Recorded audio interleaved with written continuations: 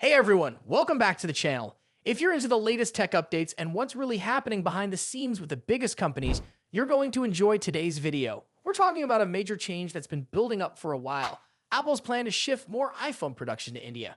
Yes, it's true. Apple is getting serious about making a big portion of its iPhones in India, especially for customers in the United States. This move isn't random, it's happening because of growing trade tensions between the United States and China, and the fear of higher taxes on products made in China. But if you're hoping to see the next foldable iPhone or the newest Pro model with a Made in India mark soon, you might need to be a little patient.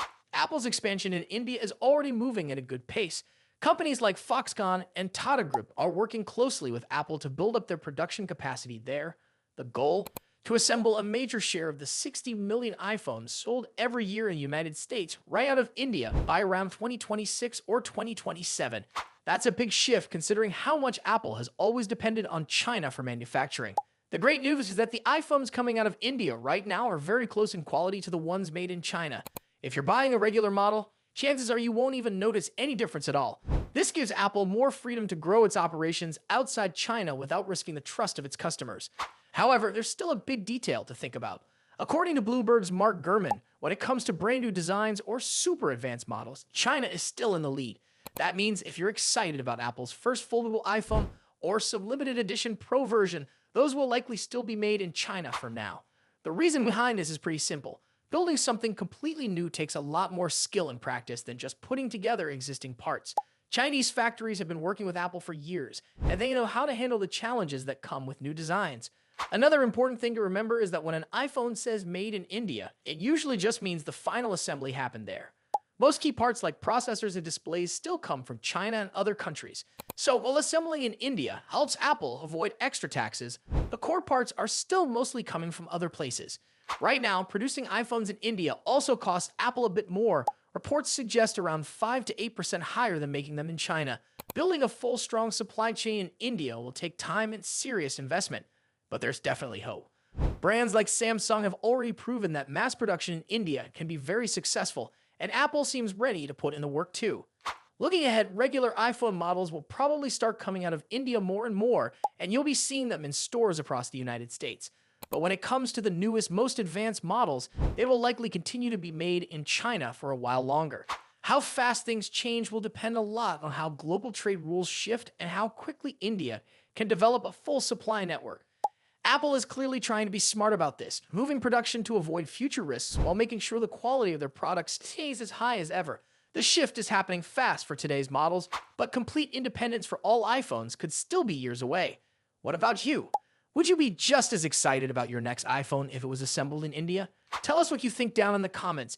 And if you enjoyed this update, make sure to like the video, subscribe to the channel, and hit the notification bell so you never miss a new upload. Samsung is preparing to make a bold statement in the foldable phone market with its upcoming Galaxy Z Fold 7, and it looks like photography enthusiasts are in for a treat.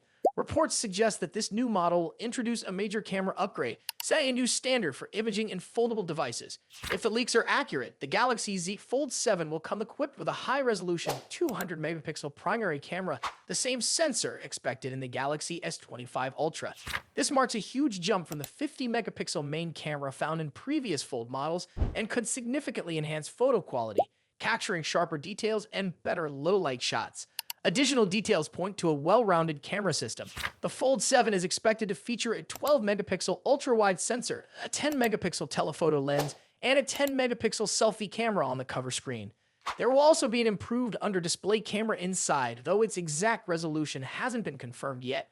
If this upgrade delivers as promised, it could address one of the long-standing concerns about foldable phones, offering camera performance that can truly compete with top flagship devices. For those familiar with Samsung's foldable lineup, this is a noteworthy improvement. The 50-megapixel sensor has been in use since the Galaxy Z Fold 4, with incremental enhancements over the years. However, a jump to 200 megapixels could completely change the game, bringing sharper images, improved night photography, and a more refined overall experience. This upgrade makes the Fold 7 particularly attractive to users who prioritize camera performance without sacrificing the versatility of a foldable device. Interestingly, this isn't Samsung's first time experimenting with a 200-megapixel sensor in a foldable phone. A special edition of the Galaxy Z Fold, launched exclusively in South Korea and China last year, also featured a similar high-resolution camera. However, that model lacked an under-display camera, a technology that Samsung has been improving in its mainstream foldable lineup. Now, with the Fold 7, both innovations are being combined, potentially making this device one of the most advanced foldables yet. Beyond the camera, Samsung is expected to introduce other refinements. The Fold 7 may come with a more durable hinge, reducing wear and tear over time. There could also be improvements in the display crease, making the screen look smoother when unfolded.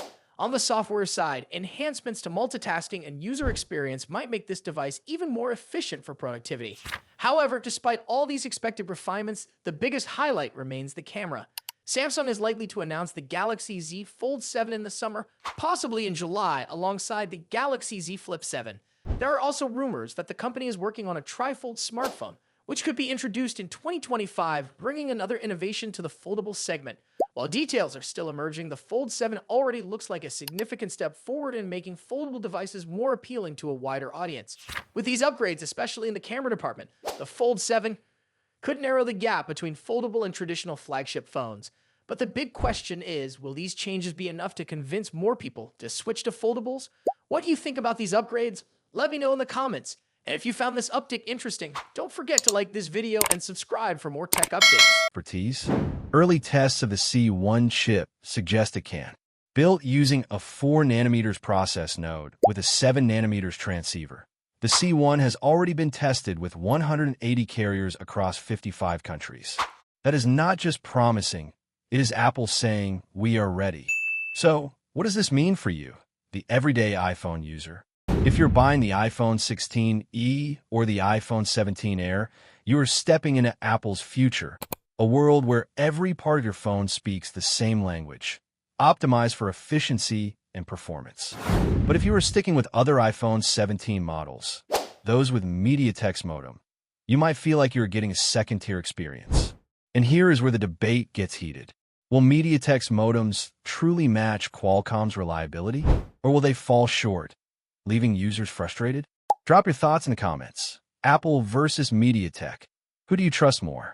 Looking ahead, Apple's plan is clear: a unified chip that combines the main processor and the 5G modem into one powerful component.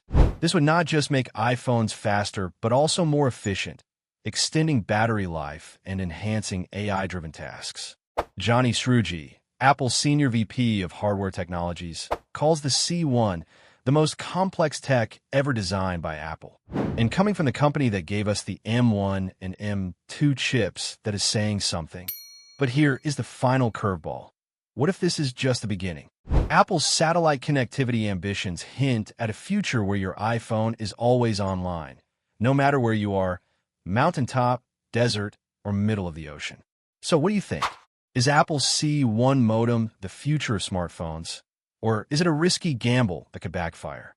Will ditching Qualcomm make iPhones better or leave users stuck with less reliable connectivity? Share your thoughts below. Let us know where you stand. And if you found this breakdown insightful, do not forget to like, subscribe, and hit that bell icon. Trust me, you will not want to miss our deep dive into the next big Apple reveal. See you in the next one.